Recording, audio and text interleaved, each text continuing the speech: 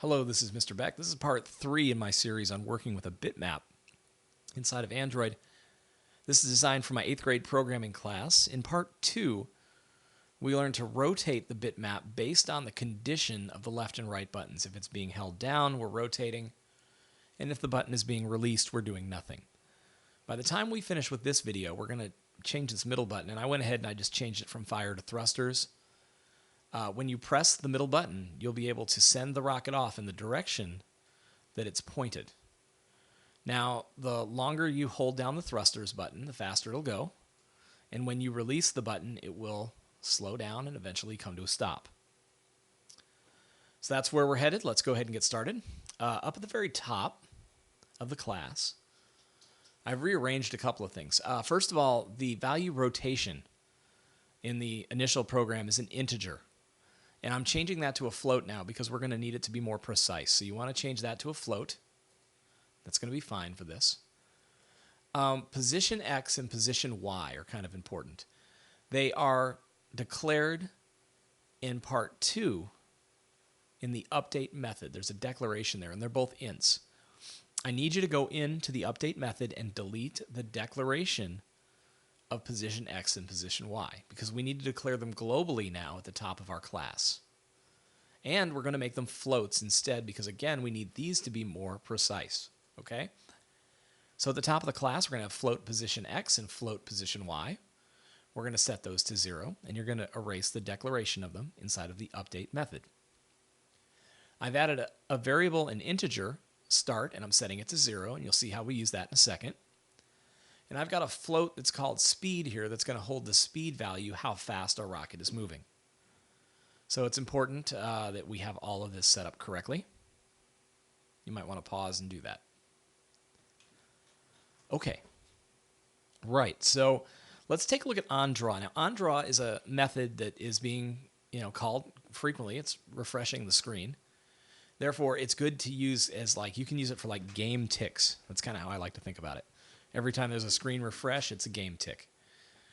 And button 3 is the center button. So in the event that button 3 is pressed, we're toggling that getter-setter static integer to 1. So what we're going to say is, in the event that, that integer is toggled to 1 in the getter-setter class, we're going to increase the value of speed by 0.04. Now, it initially starts out with a value of 0. The rocket is sitting still. So after the first screen refresh, it'll be 0.04. Second screen refresh, 0.08. Third screen refresh, 0.12. And so on, as long as you hold it.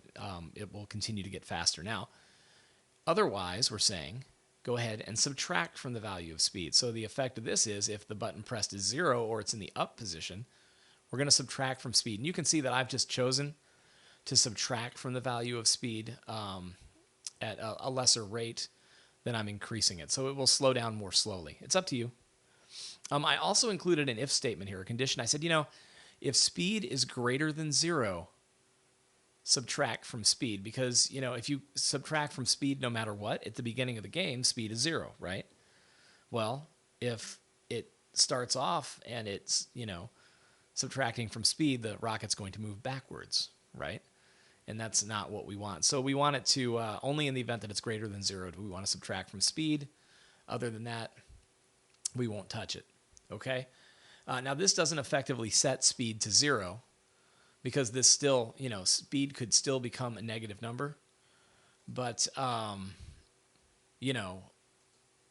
we could include a statement that says something like, if speed is less than 0, speed equals 0, just to make sure that speed maybe becomes 0 at some point in case, speed for some reason drops below that 0 threshold and the rocket does start going backwards, we can stop it. Something to think about. So anyway, in the onDraw function, go ahead and make sure you've got the logic that increments the speed value in the event the button is pushed and decrements it in the event the button is in the up position. Okay. So most of what we're going to do here is going to be inside of our update method. So let's take a look at that. We start with a start integer. Now, at the beginning of the game, start equals 0. And eventually, we may want to build in a reset button. But for right now, we only want to position our icon at the center of the screen when the program starts, right? So we're going to check to see if start equals 0. We're going to get the, we talked about this in part 2. We are going to get the dimensions of our screen, the dimensions of our bitmap, divide by 2, figure out where the center is, and set position in X and position Y to our center values. And then we're going to toggle start to 1 so that doesn't happen again. So right at the beginning of the game, we're at the center of the screen. Start becomes 1. This if statement gets called one time. That's it. Again, later on, we may call this again when we do, we may build in a little button that says reset or come up with some type of game logic or game mechanic that resets the position of the rocket. And then we can use this later. Now, in the original program, I have a block commented out, and it says, we will uncomment this in lesson 3, and that's this set of logic here. What we're doing is we're taking the rotation value of the rocket, essentially, and we're multiplying it by the speed factor, okay, to determine how far it needs to go and in what direction based on X and Y. I pulled this logic from Stack Overflow just by Googling, I needed to find some logic that would allow me to do just this, move an object in a direction based on rotation. And this works. If you want to read up on the trig here and everything, I encourage you to do so. So anyway, we determine the rotation angle, and we make a determination as to what the next X and Y coordinate should be based on the speed. So we're taking the position X and the position Y where the rocket is currently, and we are adding, a value to that based on this formula. And the upshot is, no matter which way it's rotated, in the next frame, it will move in the correct direction a specific distance. Now, just to kind of think about this a little bit further, let's say at the beginning of the game, speed is 0, which it is, right? And let's say the rotation value, it's rotated 20 degrees. Well, it's going to go through and it's going to rotate. It's going to check. It's going to do, the math. It's going to convert degrees to radians. And we're going to pull the information we need. And then it's going to multiply it by speed, which is 0, which is essentially going to set speed X to 0. And again, speed Y will also be set to 0 because we're multiplying by 0. And then when we take position X and position Y, which at the beginning of our game is the center of the screen, and we add 0, what do we get? The same position. And as we increase speed, the distance between where it is now and where it needs to be in the next frame increases. So as that distance increases per screen refresh, we get the impression of the rocket speeding up. Anyway, this is good logic to have. This is a nice little formula here, and it works. So this is a good one to reference, I think. All right. So anyway, I did one more thing. Once you've uncommented that block, down here at the very bottom of our update method, I thought about it, and if the person, you got to think about what your end user is going to do, and that can be really, really difficult. If the end user holds down the button, making it go to the right for a minute, well, eventually we're going to get a greater value for not even less than that. We're going to get a value that's greater than 360. And realistically, we want the rotation value to keep everything sane. We want to keep it within a 360 degree range.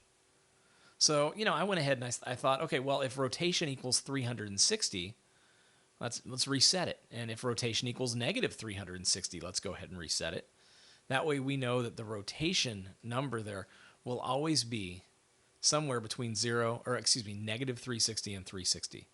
So an if statement like that, keeping our rotation value inside of that 360 degree range, it makes sense.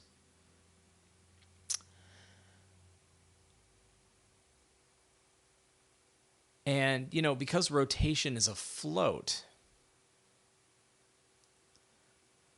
we may want to go ahead and cover our bases by saying, if it's greater than 360, make it 0. And this will maybe give us some strange results, but it's something to think about. And I'll say if it's less than 360, make it 0, because our rotation is a float. Therefore, there's no guarantee that it will equal 360 exactly. It may equal 360.4, right? And in that event, I'm going to say, okay, go ahead and set it back to 0. Or if it equals negative 360.265, well, go ahead and just call it 0. And that way we can kind of keep things in that range. Okay, so once you've gone through and you've put your variables up here globally, you've set your speed logic inside of onDraw, checking for that button press, and we've uncommented our directional logic here. You're ready to roll, and when you run the program, you should have those thrusters working. So that's it for part 3. Thank you for watching, and we will continue to build on this particular application as we move forward. Thank you.